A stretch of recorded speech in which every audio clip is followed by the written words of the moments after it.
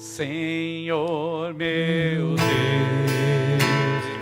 quando eu maravilhado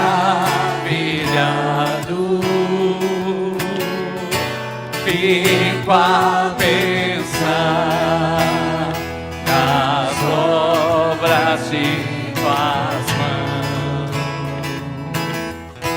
o céu azul de estrelas pontilhado,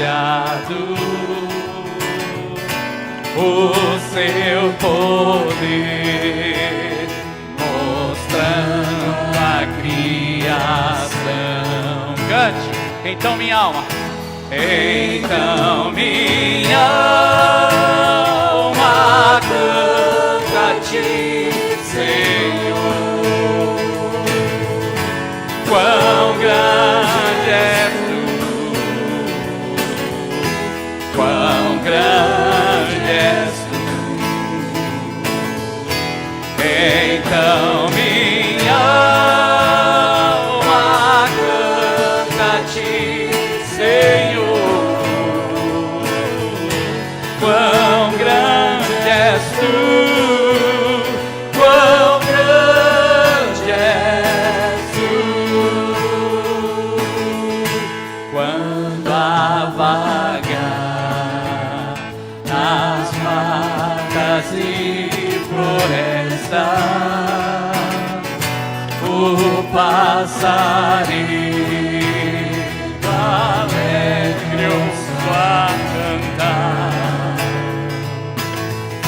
cruzando os montes, vales e florestas, o teu poder mostrando a criação. Então minha alma canta a ti, Senhor. Oh, minha alma canta a Deus. Quão grande és tu, quão grande és tu. Te adoramos, Senhor. Então minha alma canta a ti, Senhor. Não importam as circunstâncias, te adoraremos, Senhor. Quão grande és tu. Quando eu medito o teu amor tão grande, teu filho dando ao mundo pra... Obrigado, Jesus. Na cruz verteu teu precioso sangue e minha alma pôde assim purificar. Então minha alma canta a ti, Senhor. Quão grande és tu, quão grande és tu. Então minha alma canta a ti, Senhor. Quão grande és tu, quão grande és tu. Há de chegar o dia, e quando enfim Jesus vier em glória e aula celeste,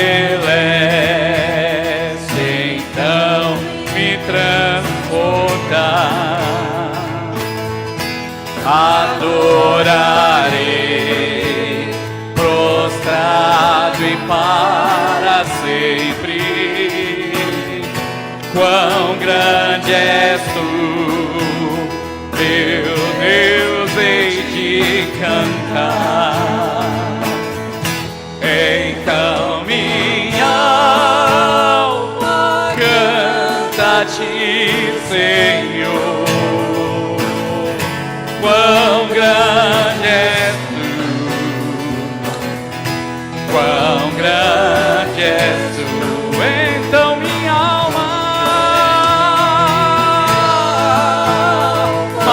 canta a ti, Senhor. Quão grande és tu, quão grande és tu, quão grande és tu, quão grande és tu, quão grande és tu, quão grande és tu.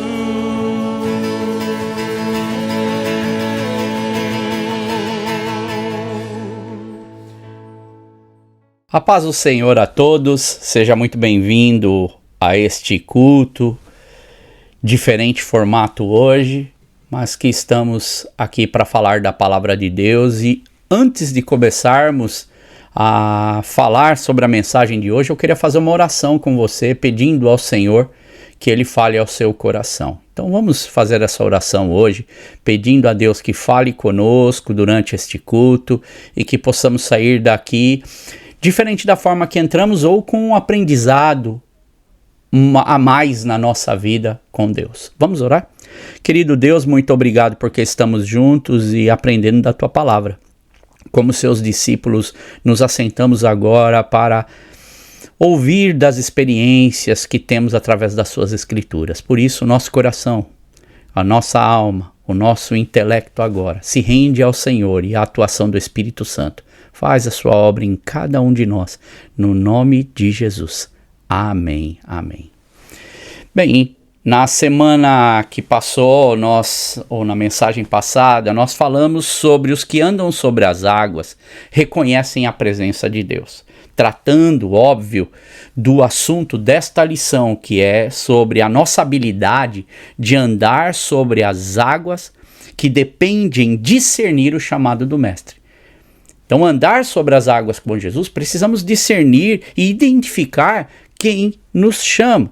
Então, hoje, o que nós vamos trabalhar, se falamos na semana passada sobre reconhecer a presença de Deus, Jesus está ali, era o que acontecia com esses discípulos, quando eles reconhecem isso, no caso nós vamos ver Pedro aqui tomando essa atitude primeiro. Hoje eu quero falar sobre os que andam sobre as águas, eles sabem discernir entre a fé e a tolice. Fé e tolice, duas condições que são muito peculiares hoje no meio cristão, no nosso meio. E para isso, nós vamos então estar lendo Mateus 14, verso 28, que é quando os discípulos então eles estão naquela tempestade, e dentro daquela tempestade Jesus vai se apresentar a eles. Porém, no início eles não reconhecem. Eles ali observam e veem como se fosse um fantasma para eles.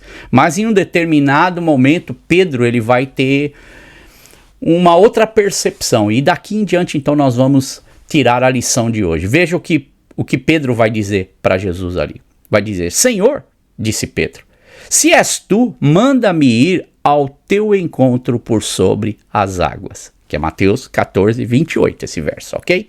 E por que Mateus inclui, então, este detalhe aqui? Por que Pedro simplesmente não pulou na água, não mergulhou se era Jesus, e ele fosse até Jesus, né? Tivesse tido essa atitude? Eu creio que Mateus registra isso para uma lição ou por um motivo muito importante.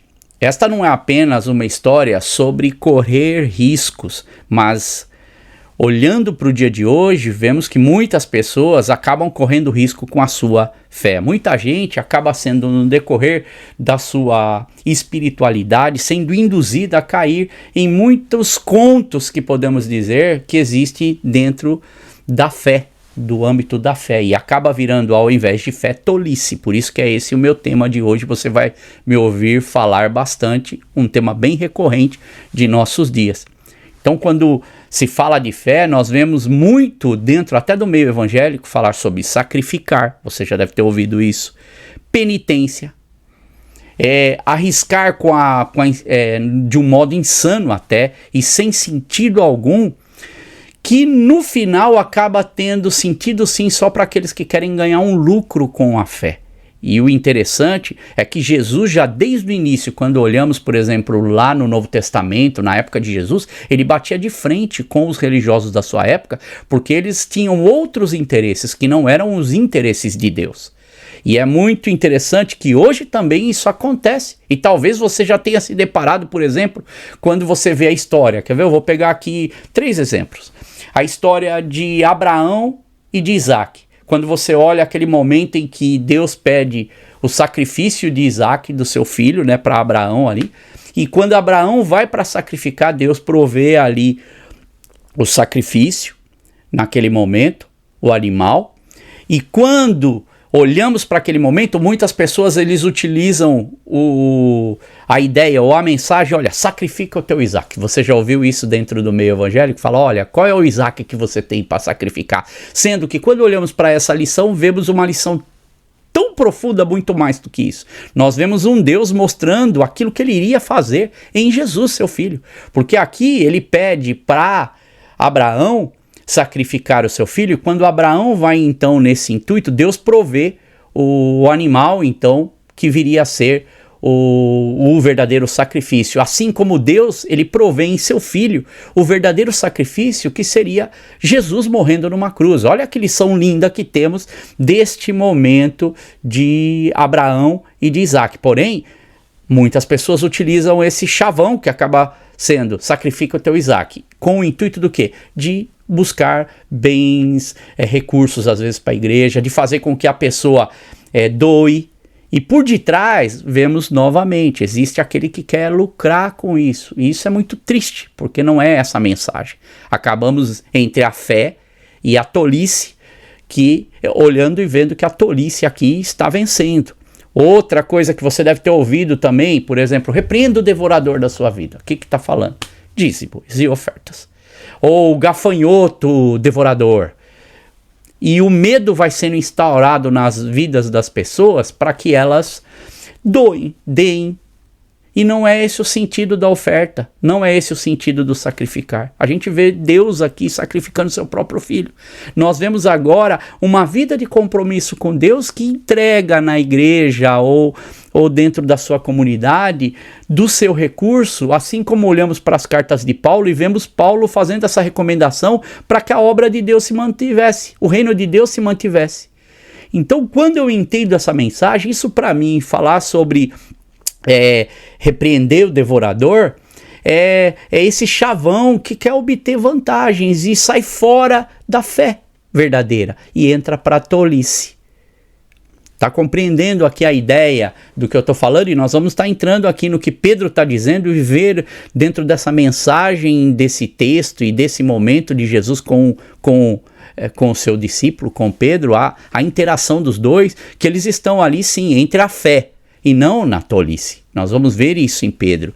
Um outro exemplo é quando falam assim, ó, deixa tudo no altar de Deus. E tem gente que eu já vi indo lá virar carteira, tudo envolve essa questão do dinheiro, da prosperidade, porque o ser humano hoje está induzido a isso. E quando acontece esse tipo de coisa, há sempre aqueles que obtêm vantagem por detrás. Porém, muita gente acaba sendo movido por essa emoção e não por fé verdadeira.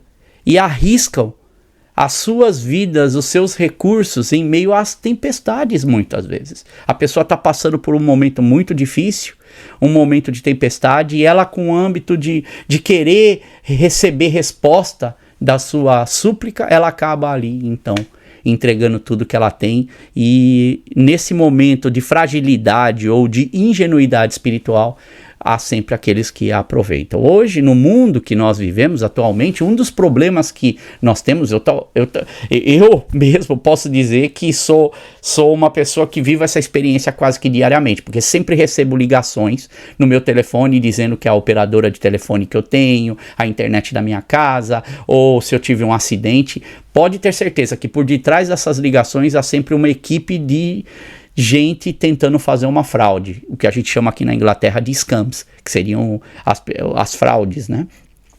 e que tentam pegar até os mais experientes. Eu mesmo me considero uma pessoa experiente e vacinada nessa questão de tomar cuidado com internet, aqueles e-mails que vêm, que eles chamam de phishing, para te pescar, para te pegar ali e nas suas informações. Eu sou muito cuidadoso e zeloso nisso. Porém, agora, recentemente, nas minhas férias, um dia antes de eu viajar, comprei minha passagem com antecedência 6 meses, tudo certinho, um dia antes de viajar, entrei para fazer o meu check-in, para colocar ali, ver o meu lugar, imprimir o meu boarding pass, que seria aquela...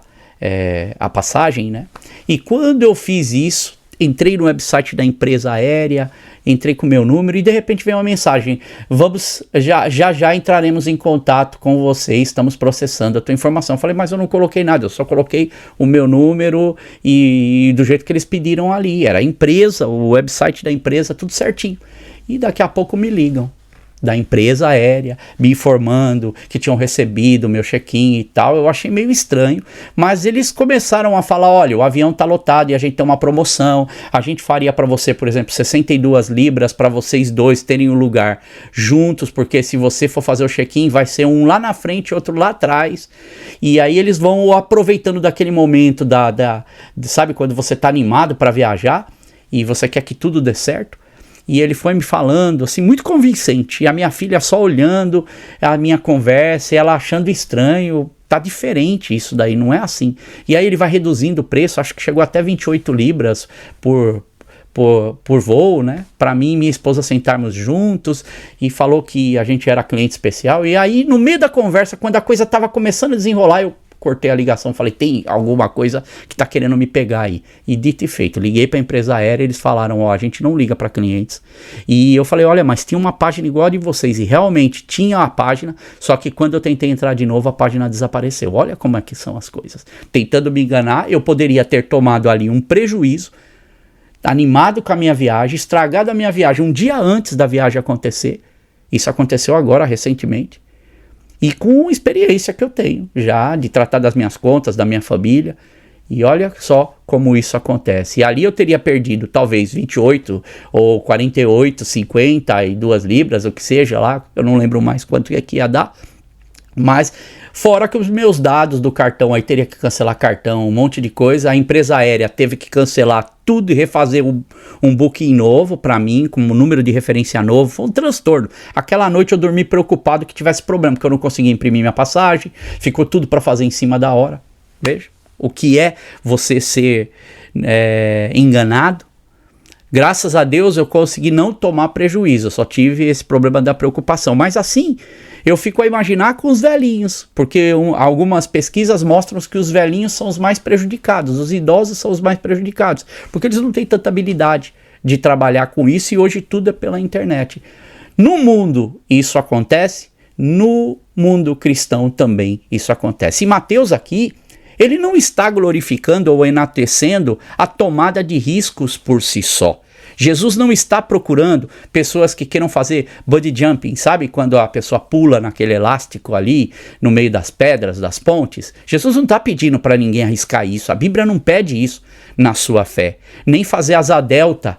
Jesus ensina seus discípulos a terem fé e confiar em Deus. A Bíblia nos ensina que nós temos que voar como com asas de águia sobre os ventos, as tempestades, mas não a gente ficar arriscando com a vida. Essa não é a intenção. A Bíblia mostra e dá esses exemplos para nós.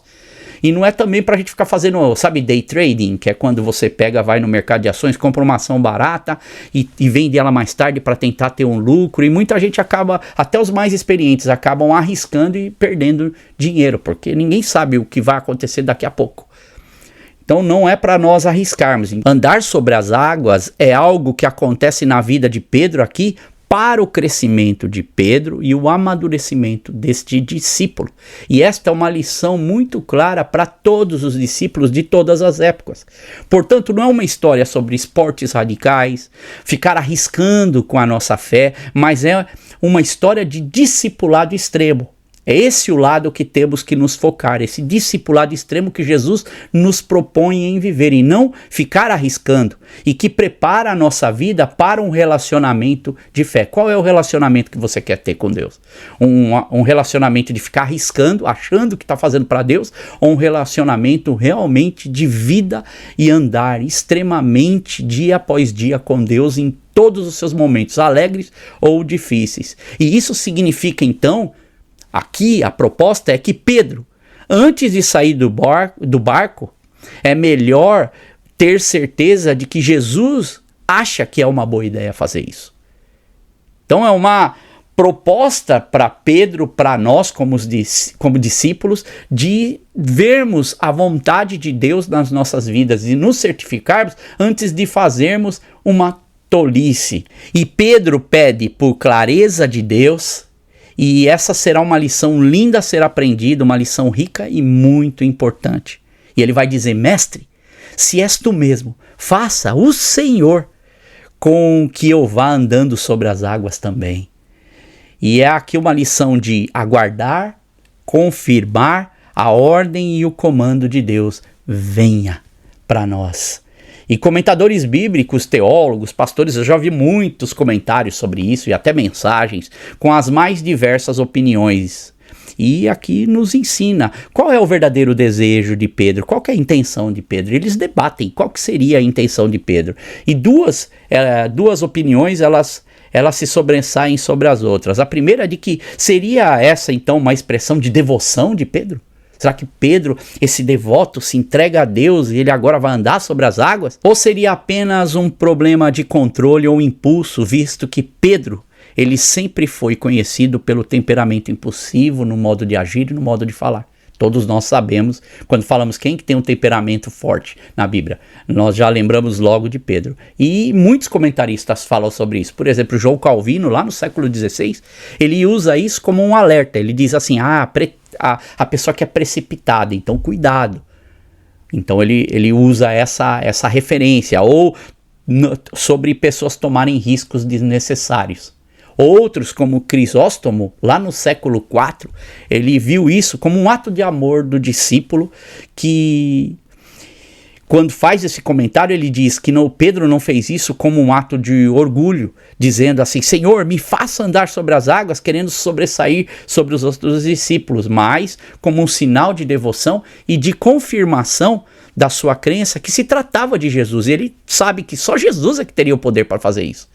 Essa confirmação viria através do poder do próprio Deus. Então, seja como for a tua visão, a sua interpretação, olha aqui um pouco para o Evangelho de Mateus, que nos mostra que Pedro, ele não pula.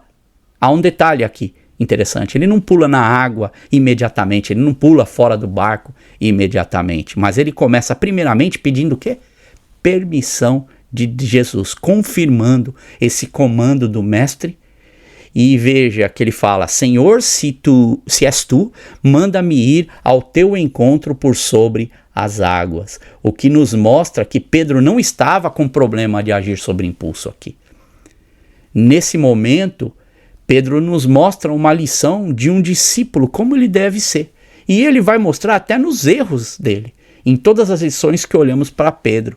Às vezes, quando olhamos para esse texto, temos essa impressão, devido ao temperamento de Pedro, que reflete as nossas atitudes. Eu acho tão bonito, não é? As atitudes de Pedro, por exemplo, quando ele vai lá para Cesareia de Filipe com Jesus. Jesus pega os seus discípulos, leva lá para Cesareia de Filipe, que era uma região meia mal falada ali, por causa da adoração a outros deuses. E lá em Mateus 16 diz que Jesus então pergunta para os seus discípulos, o que é que dizem que eu sou? E logo já vem Pedro, né? E ele diz, tu és o Cristo, filho do Deus vivo. E aí Jesus vai dizer para ele assim, feliz é você, Simão, filho de Jonas, porque isso não lhe foi revelado por carne ou sangue, mas por meu Pai que está nos céus. E note que pouco depois, nessa mesma história, Jesus está falando para os seus discípulos, olha, eu vou morrer, eu vou ir para Jerusalém, né? Eu vou sofrer ali por causa do meu chamado, eu vou ser sacrificado. Ele fala da ressurreição, ele fala um monte de coisa para os seus discípulos, e Pedro chama ele então ali à parte e repreende Jesus. Olha como ele foi afoito e como ele foi ousado ali, né? A audácia de Pedro ali, querer dizer isso para Jesus. Ele vai dizer, nunca, Senhor, isso nunca te acontecerá. Ô Pedro, olha você aí de novo. Acabou de falar um negócio bom, foi elogiado por Jesus, está aqui você de novo, falando que não devia. E aí no verso 23 de Mateus 16, Jesus vai virar para Pedro e vai dizer para ele, para trás de mim, Satanás, você é uma pedra de tropeço para mim, e não pensa nas coisas de Deus, mas nas coisas dos homens. Esse é Pedro. O que muitas vezes somos nós, entre a nossa fé e a nossa tolice. Ou no Monte da Transfiguração, quando olhamos lá para Mateus 17 e aparece Elias e Moisés, as figuras de Elias e Moisés, e ficam conversando com Jesus. Aí Pedro ali, todo encantado com aquele momento, ele disse para Jesus, Senhor, é bom estarmos aqui. Se quiseres, farei 3 tendas, uma para ti, uma para Moisés, uma para Elias. Veja o que acontece com Pedro agora. Pedro, ele está diante de uma situação inusitada, algo que as pessoas dizem geralmente quando elas não sabem o que devem dizer e falam o que sai ali do pensamento dela. Então esse é Pedro, que fala estas coisas, assim como também tem gente que quando não sabe o que dizer fica calada, mas não é o caso de Pedro, porque Pedro fala. Veja que são lições que aprendemos com Pedro. Ora ele acerta, ora ele erra, ou no Getsemane. Em Mateus 26, quando Jesus foi traído, você lembra dessa cena? Jesus ali é traído por Judas, aí vem os soldados para prenderem Jesus, e aí Pedro pega a espada e faz o quê? Corta a orelha de um dos guardas de Malco, e naquele momento Jesus se abaixa. Veja a cena, ele pega a orelha, cola de volta a orelha na cabeça de Malco ali. Olha que cena! E é como se a gente visse Jesus falando, olha, desculpa pelo estrago aqui que o meu discípulo fez.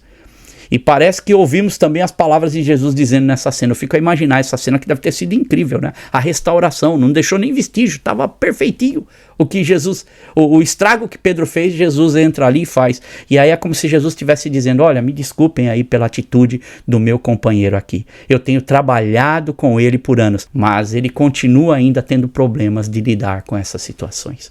Este Pedro, ele é um discípulo em transformação. E nós precisamos aprender também com esta lição que vemos aqui na vida de Pedro, dos discípulos de Jesus.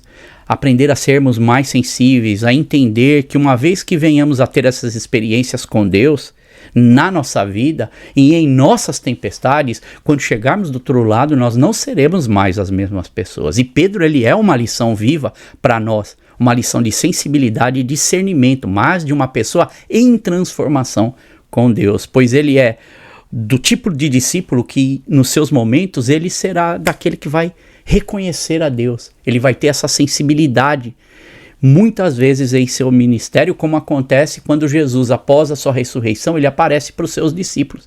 E tem um momento lá em João 21, onde ao amanhecer, Jesus estava na praia e os seus discípulos estavam ali pescando e eles não reconhecem Jesus. Eles estavam um pouco distante ali, a Bíblia diz a 90 metros, né, na minha versão aqui.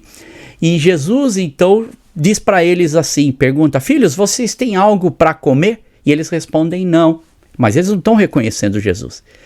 E aí Jesus fala para eles, olha, então lança a rede do lado direito do barco e vocês encontrarão. E aí eles lançam a rede e não conseguem recolher a rede de tal era o peso da rede, tal tinha a quantidade de peixes naquela rede, eles não conseguem fazer isso.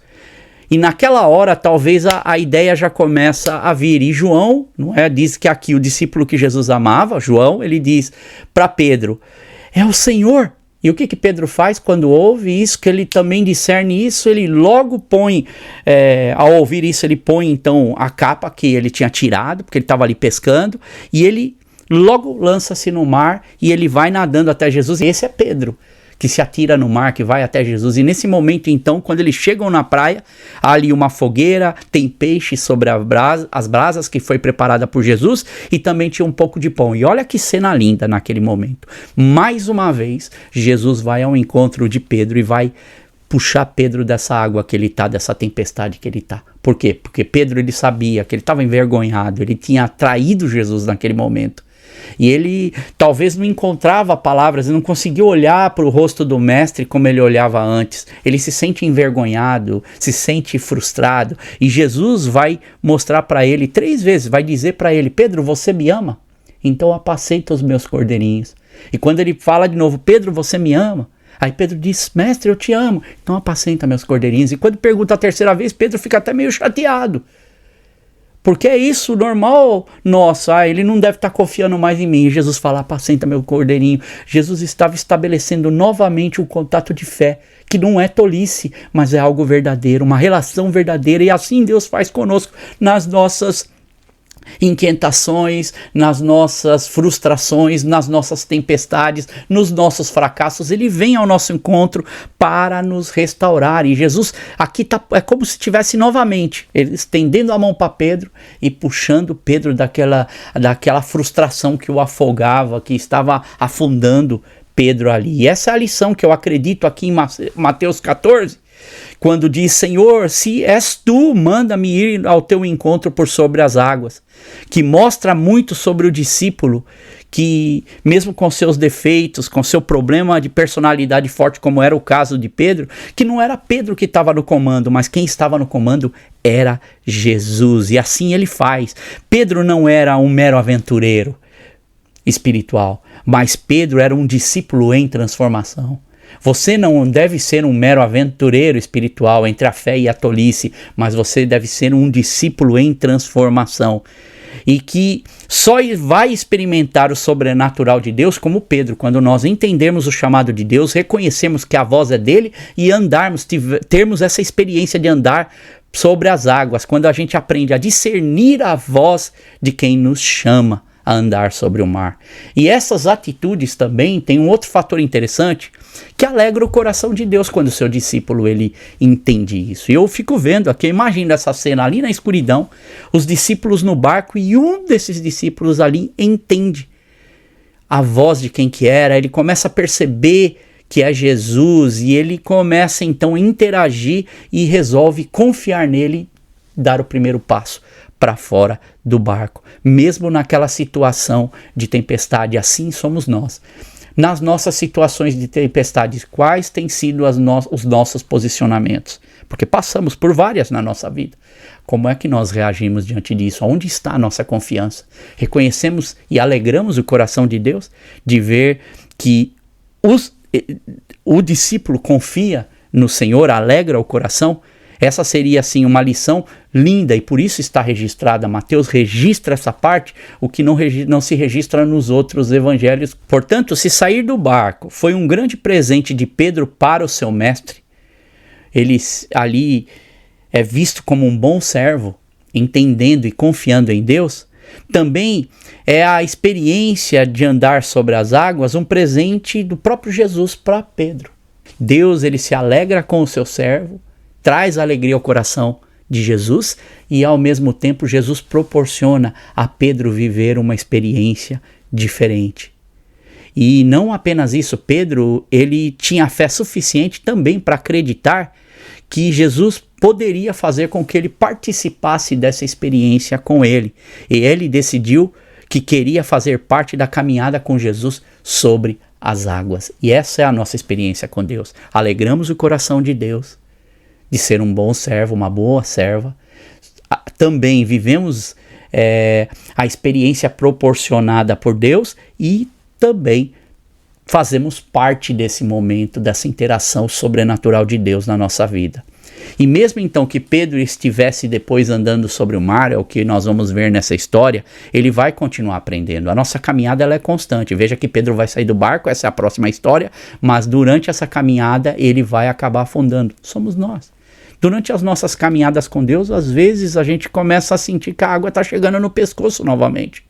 Mas Jesus vai lá sempre para nos puxar para fora. Essa é a nossa fé em Deus, que não é uma tolice. Essa é a nossa fé verdadeira em Deus, que tem resultados extraordinários e nos faz andar dia após dia nessa terra, vivendo as bênçãos de Deus, mesmo diante das mais severas adversidades.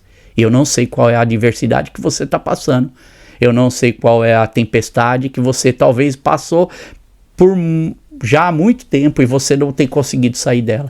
Pode ter certeza de que se você reconhecer e discernir o chamado do Mestre, se você tiver uma fé verdadeira em Deus, não acreditar nas tolices que são por aí, mas na palavra viva de Deus, você vai viver uma experiência com Ele.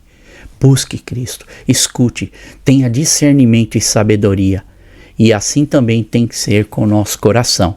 Ter discernimento e saber reconhecer a voz de Deus e não a voz do mundo. A gente ter essa sensibilidade de discernir entre a voz de Deus e a voz do mundo. Ter uma fé verdadeira e saber o que é tolice e que não vale a pena nós seguirmos. Infelizmente temos um mundo cheio disso, mas que nós possamos aprender nessa lição, como Pedro, a ter uma fé em Deus. E esse é o meu desejo para você nesse dia, nesta mensagem, que esta palavra possa ter entrado em seu coração. E eu quero fazer uma oração com você, para que Deus ajude nesse seu momento, nesta lição. Eu não sei o que você está vivendo, o que você está passando, mas eu quero fazer uma simples oração com você. Faça essa oração em Deus com seu coração e peça a Ele para que te faça caminhar sobre as águas e viver experiências extraordinárias. Senhor, muito obrigado por cada vida que está ouvindo esta mensagem agora. Pai, quanto cuidado nós vemos por sua parte, na parte de nosso Deus poderoso para conosco. E aqui está uma lição maravilhosa, aonde um discípulo em transformação, ele acaba tendo uma experiência extraordinária com o Senhor. E durante essa experiência ele vai ter suas falhas, ele vai afundar, mas o Senhor está sempre pronto a socorrer. E assim que seja com as nossas vidas. Deus esteja sempre pronto a olhar para nós e nos socorrer nas nossas necessidades, nas necessidades dos meus irmãos. Cuida de nós, Jesus. Cuida de cada um. E que a tua graça, o teu amor, Pai, a tua justiça caminhe conosco todos os dias. Guarda cada vida, guarda cada família, guarda cada coração, no nome de Jesus. Amém, amém. Amém, Deus te abençoe. E aqui eu me despeço, dizendo que na semana que vem nós temos o aniversário da igreja e eu queria convidar você para que você faça parte conosco. Fazemos sempre o aniversário no início de outubro, então neste 5 de outubro de 2024 teremos o aniversário da nossa igreja, então você é nosso convidado semana que vem para celebrarmos mais um ano em que o Senhor tem cuidado de nós. Deus abençoe sua vida e até semana que vem.